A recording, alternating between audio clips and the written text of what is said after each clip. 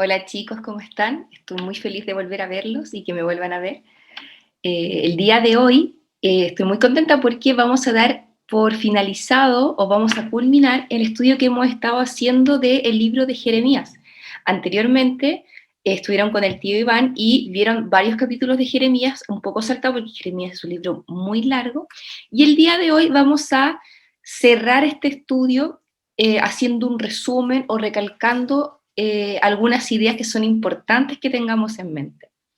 Antes de comenzar, vamos a orar para poder proceder a nuestro estudio o nuestra clase del día de hoy. Amado Señor, te damos gracias por un nuevo domingo en que tú nos das tu palabra, Señor, en que podemos disfrutarla, Señor, y que a pesar de la distancia, Señor, podemos estar juntos, Señor, en torno a ella, Señor, para ser transformados, Señor, y para que nuestro entendimiento sea renovado por ella, Señor. Te damos gracias por eso, para que también, Señor, te rogamos que tú sigas obrando en nosotros, en nuestras mentes, en nuestras familias, Señor, y en nuestro país, en nuestra iglesia, Señor. Queremos alabarte, Señor, en todo momento, Señor. No solo, Señor, algunos días, sino que en todo momento, con todo nuestro ser, Señor. Te amamos, Señor, y ayúdanos siempre, Señor, a solo escuchar tu voz y ser guiados por ella. Te damos gracias en el nombre de Jesús. Amén. Ya chicos, entonces, vayan al libro de Jeremías, no un capítulo aún en específico, después los vamos a ver, pero yo primero les quiero hacer un poco de resumen de cuál era la situación, cuál era el contexto de Jeremías. Jeremías era un profeta del reino de Judá, del reino de Israel del sur, ¿ya? El tiempo de Jeremías era básicamente los últimos años de este reino antes de que fuera atacado por el reino de Babilonia. ¿Cuál era el rol o cuál fue la misión de Jeremías? Fue advertir a Israel de las consecuencias de romper el pacto que Dios había hecho con ellos a través de idolatría, injusticia y mucho, mucho pecado. A través de esto y a través de tanto pecado que había, Jeremías hizo y profetizó que el Señor los iba a castigar. ¿Y cómo los iba a castigar? A través de un ataque del reino de Babilonia, que sabemos que después terminó en todo el reino saqueado, terminó con el pueblo de Israel exiliado, y eso sabemos que provocó mucho dolor, fue muy angustiante, y podemos ver, por ejemplo, el libro de Daniel, que es un libro en que está hecho en el preciso momento en que se realizó el exilio. Ahí ustedes pueden ir estudiando, pueden ir leyendo, porque es una historia muy interesante donde el Señor nos habla mucho y nos confronta mucho con nuestro pecado, pero también mostrándonos cómo es Él, que Él no es como los hombres, Él es muy distinto, Él es santo.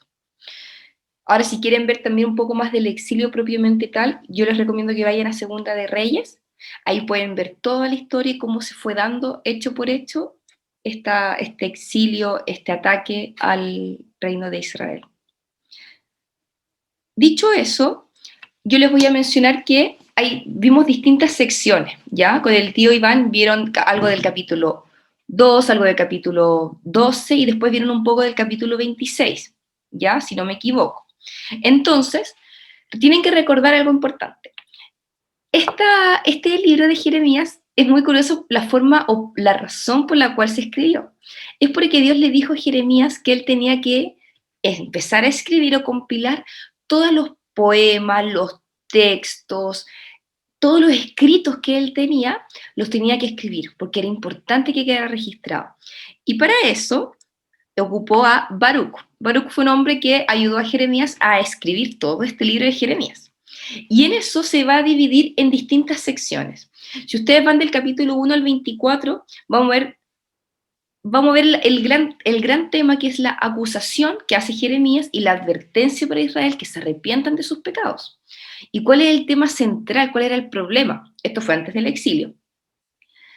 La idea central es que Israel ha quebrantado el pacto, le ha sido infiel al Señor, ha adorado a otros dioses, a dioses cananeos, incluso cayendo en el sacrificio de niños, a modo de adoración a estos dioses cananeos, o en relación a distintas peticiones, por ejemplo, que ellos iban haciendo. Son dinámicas distintas. El problema acá y es lo que hace Jeremías, es que inserta la idolatría o la compara la idolatría como el adulterio, la infidelidad, la deslealtad. Y eso es un término que Jeremías va insertando y bueno, y que Dios en realidad va insertando, mostrando que el pueblo de Israel ha engañado a su Señor, le ha sido infiel. Y si nosotros empezamos a pensar en este término, es fuerte. Porque a veces te decimos, por ejemplo, o decimos nosotros, he pecado contra el Señor. Ya, ok, he pecado. Pero es distinto cuando yo pienso, yo lo engañé, yo le fui infiel. Porque eso sí que nosotros lo condenamos mucho. No nos gusta la infidelidad, jamás nos gustaría que nos fueran desleales. Pero resulta que es eso lo que nosotros hemos hecho con el Señor cuando pecamos, cuando lo olvidamos, cuando, más que nada cuando lo olvidamos, cuando decidimos deliberadamente rechazarlo e ir tras otros deleites, otras cisternas, otros dioses. Eso es un punto importante. Y también en estos capítulos del 1 al 24, Jeremías hace una acusación hacia todos los líderes del pueblo de Israel, los sacerdotes, los líderes, todas las personas que estaban a cargo de la enseñanza, de dirigir al pueblo, de guiarlo, porque han cometido injusticia social, porque se han aprovechado de la viuda, del extranjero y del huérfano, porque lo han dejado desvalidos y se han preocupado de otras cosas, menos de lo que el Señor les dice en su palabra que tienen que preocuparse y que tienen que hacerse cargo, que es de la viuda, el extranjero y el huérfano. Es complicado. Luego en el capítulo 25 vemos a Jeremías que anuncia que Babilonia ya viene, que ya es demasiado tarde, que la condenación, el castigo viene a Israel. Y es curioso porque Jeremías hace una semejanza a una copa de vino que ya está rebalsada. Y se asemeja a eso, a que la ira de Dios viene. La ira de Dios ya está sobrepasada y ya es momento y ya se está derramando. O sea, ya quedó hasta acá, es mucha la maldad del ser humano. Imagínense que yo les he mencionado la adoración a otros dioses, pero recuerden que también les mencioné el sacrificio de niños. Y eso el Señor lo condena gravemente, gravemente, porque nosotros estamos decidiendo sobre la vida de otros. Estamos tomando en vano la vida de otro ser humano y estos tipos hacían lo que querían con esos niños que son inocentes, que no sabían en qué estaban envueltos, etc. Es por eso ya que la ira de Dios ya está sobrepasada de la copa y Jeremías dice, viene. Luego del capítulo 26 al 45 vamos a ver ya el juicio propiamente tal y la esperanza también.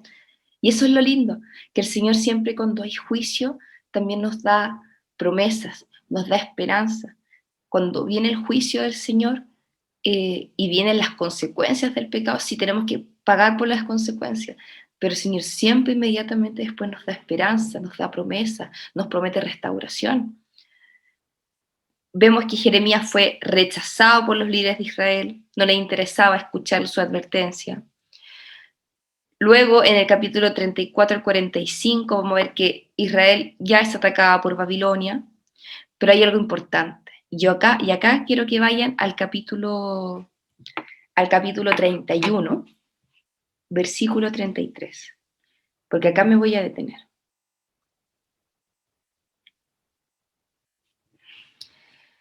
Vayan al capítulo Jeremías 31, versículo 33, y vamos a leer esto, dice: Vienen días, afirma el Señor, en que haré un nuevo pacto, no un pacto como yo hice anteriormente, el pacto de obras que se le llama. Un pacto en donde nuestros pecados, cada vez que nosotros pecábamos, por ejemplo, debíamos sacrificar algún animal, debíamos sacrificar, puede ser una paloma o un cordero, y debíamos sacrificarlo para el perdón de nuestros pecados. Cada vez que nosotros hacíamos una mala obra, un pecado contra Dios y atentábamos contra Él. Ahora dice, vienen días, afirma el Señor, en que haré un nuevo pacto con el pueblo de Israel y con la tribu de Judá. No será un pacto como el que hice con sus antepasados el día en que los tomé de la mano y los saqué de Egipto, ya que ellos lo quebrantaron a pesar de que yo era su esposo, afirma el Señor. Este es el pacto que después de aquel tiempo haré con el pueblo de Israel, afirma el Señor. Pondré mi ley en su mente y la escribiré en su corazón. Yo seré su Dios y ellos serán mi pueblo. Ya no tendrá nadie que enseñar a su prójimo, ni dirá nadie a su hermano, conoce al Señor, porque todos, desde el más pequeño hasta el más grande, me conocerá, afirma el Señor. Yo les perdonaré su iniquidad y nunca más me acordaré de sus pecados. Qué tremendo. El Señor dice que va a hacer un nuevo pacto con nosotros, que Él ahora va a grabar su palabra en nuestros corazones y en nuestras mentes. Recuerden que ahora nosotros tenemos el Espíritu Santo y que el Espíritu, el que constantemente nos está redarguyendo, nos está recordando la palabra del Señor, el que nos da convicción de pecado y que graba su ley, graba su palabra en nuestro corazón y en nuestra mente, para que nosotros constantemente la recordemos y meditemos en ella. El Señor dice que nos va a cambiar el corazón. Teníamos un corazón duro, pero el Señor dice, ahora te voy a dar un corazón de carne, un corazón que sienta, un corazón transformado. Y en eso consiste este nuevo pacto, que viene a cumplirse luego con Jesucristo. El pacto de gracia que se llama. Un pacto en donde en Jesucristo hallamos perdón de nuestros pecados, en donde nos podemos arrepentir y el Señor dice que se olvida de nuestros pecados y donde podemos tener acceso a Él libremente, ya no a través de un tabernáculo o un sacerdote, un sumo sacerdote, sino que cada uno de nosotros puede acceder a Él y relacionarse con Él. Y este es el tema, chicos, y con esto yo ya es con lo que yo quiero que terminemos este estudio. Si bien vienen más cosas, por ejemplo,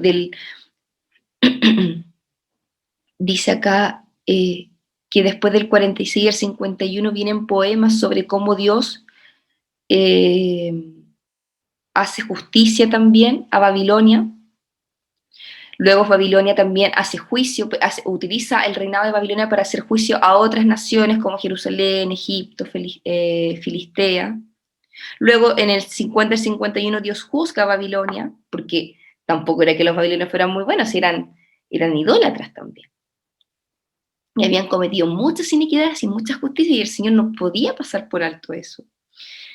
Y ya finalmente en los últimos capítulos vemos una breve historia en donde vemos que el último ataque de Babilonia sobre Israel, también vemos una breve historia del rey Joaquín, que es liberado de la esclavitud, y el rey de Babilonia lo invita a comer con él. Curioso.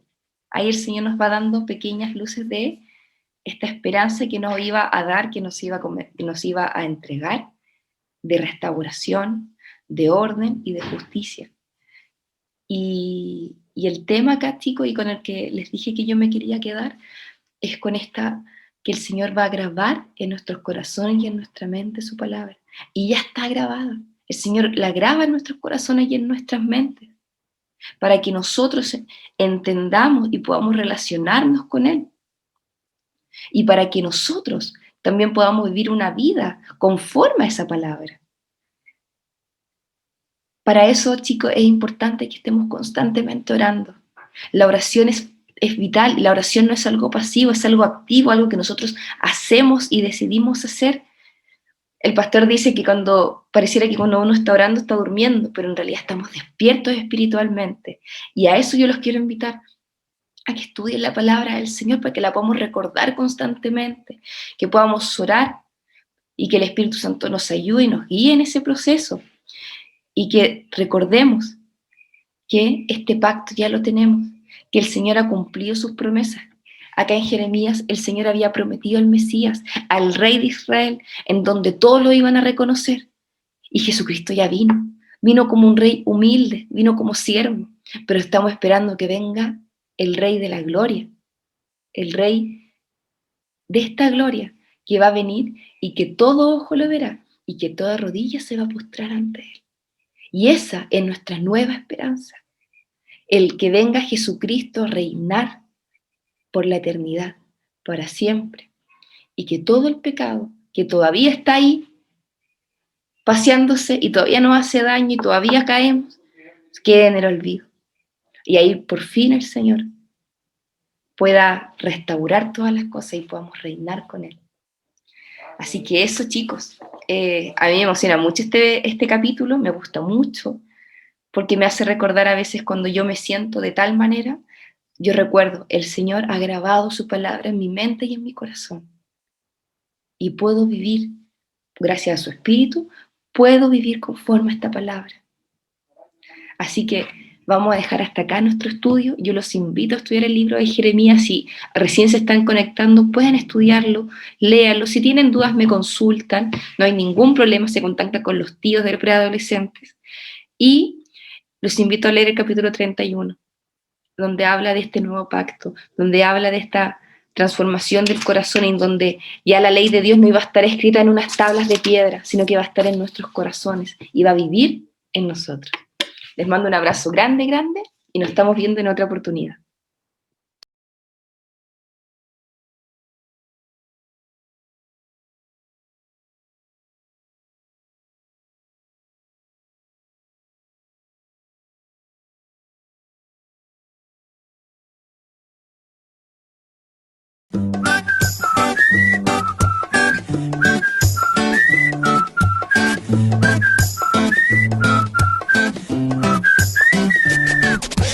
Creo en ti, creo en todo lo que haces, creo en lo que has hecho en mí.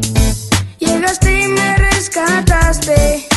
Creo en ti, aunque el sol se apagara, yo sé que tú eres mi luz, sobre mí están tus alas, eres quien me da la fuerza y he creído siempre en mí, aunque el mundo se acabara, con todo yo diré, oh, oh, oh, yo creo en tu palabra. Creo que tú me levantarás,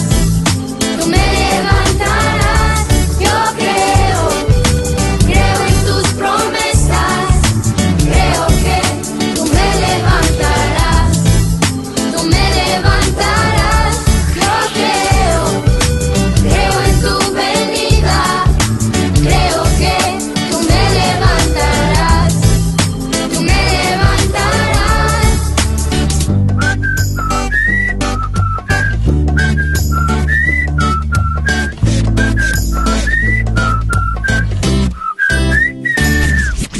Creo en ti, creo en todo lo que haces, creo en lo que has hecho en mí. Tú llegaste y me rescataste. Creo en ti, aunque el sol se apagara, yo sé que tú eres mi luz. Sobre mí están tus alas, eres quien me da la fuerza y ha creído siempre en mí. Aunque el mundo se acabara, con todo yo diré, oh, oh, oh. yo creo Creo en tu palabra, creo que